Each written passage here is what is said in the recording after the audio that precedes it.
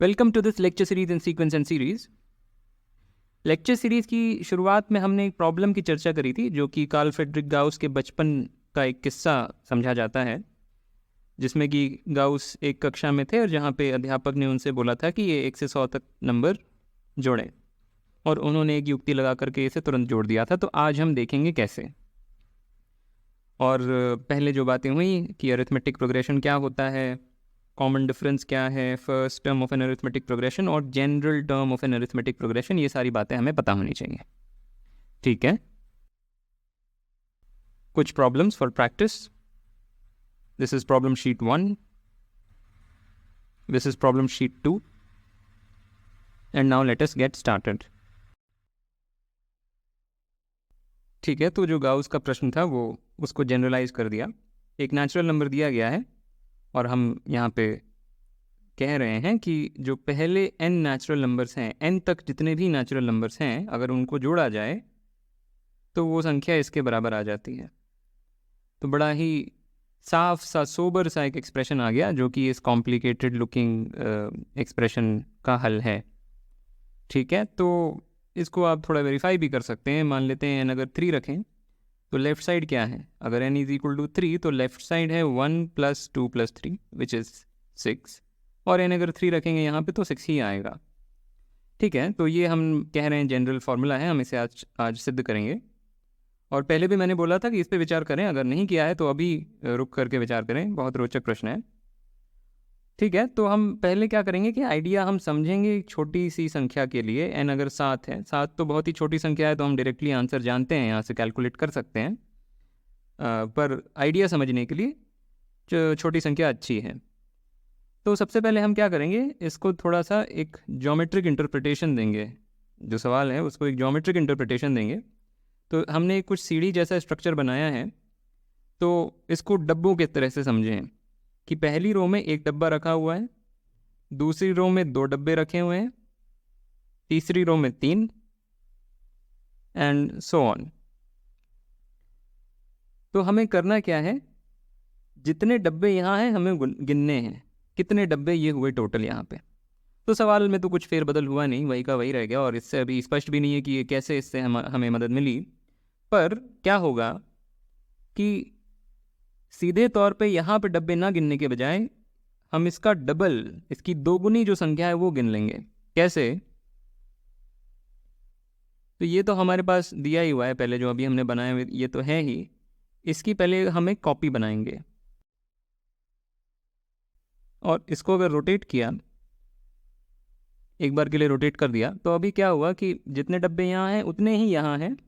तो अगर ये सारे हम मिल करके गिन दें तो वो 2 गुना हो गया उसका जो हमें गिनना है, और अगर जो गिनना है उसका 2 गुना गिन दिया तो जो गिनना है वो भी गिन दिया।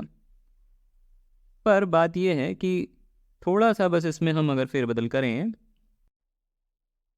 और वो ऐसे कि इसको जस्ट थोड़ा सा खिसकाया जाए अगर, तो एकदम अच्छी तरह से फिट हो जाता है और हमें एक रेक्टेंगल दे देता है। और रेक्टेंगल में गिनना बहुत आसान है।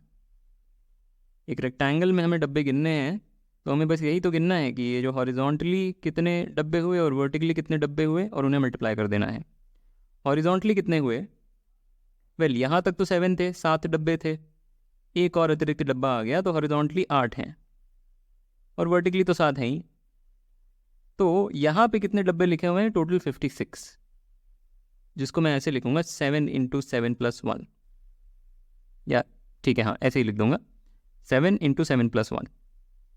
पर ये तो दोगुनी वो संख्या है जो हमें गिननी थी, तो जो संख्या हमारे पास आनी चाहिए वो ये, और n हमारा 7 था, n × n + 1/2। तो ये इसको पूरी तरह से प्रमाण तो नहीं बोला जा सकता, पर आइडिया यहीं से पता चल जाता है। ठीक है, प्रमाण तो तब होगा क्योंकि हम ऐसे शेप वेप बना करके आर्ग्यू नहीं करते हैं मैथ में, पर प्रमाण से बहुत दूर भी नहीं है। तो इसको अब हम एल्जेब्राइकली एक्सप्रेस कर देंगे, सेम आइडिया को जस्ट एल्जेब्राइकली कर रहे हैं, जिसमें कुछ हद तक ये जो इसकी स्पष्टता है थोड़ी सी छुप जाती है, एक ट्रिक जैसा लगने लगता है। कोई बात नहीं, algebra is more powerful in some sense. Symbols में सारी बात जब हो जाती है तो वो ज़्यादा पावरफुल इस तरीके से है कि हर बार क्योंकि हम शेप्स बना करके चीज़ों को आर्ग्यू नहीं कर सकते। एनीवे, तो एल्जेब्राइकली इस चीज़ को कैसे बोलें, जनरल में n कुछ भी है, अभी 7 नहीं है, तो ये हमें निकालना था इसको हमने कुछ नाम दे दिया, कॉल कर दिया एस, और बस इसी को ही दोबारा उल्टा करके लिख लेंगे, तो ये भी एस ही है, राइट। ये जो सम था वही का वही सम ये है, क्योंकि हमने बस उल्टा करके ही तो लिख दिया है कि श्रृंखला में कोई चीज़ जोड़ी जाए फ़र्क नहीं पड़ता। तो अगर हम जोड़ दें लेफ्ट साइड और लेफ्ट साइड, राइट साइड और राइट साइड, तो राइट साइड तो 2s हो जाएगा।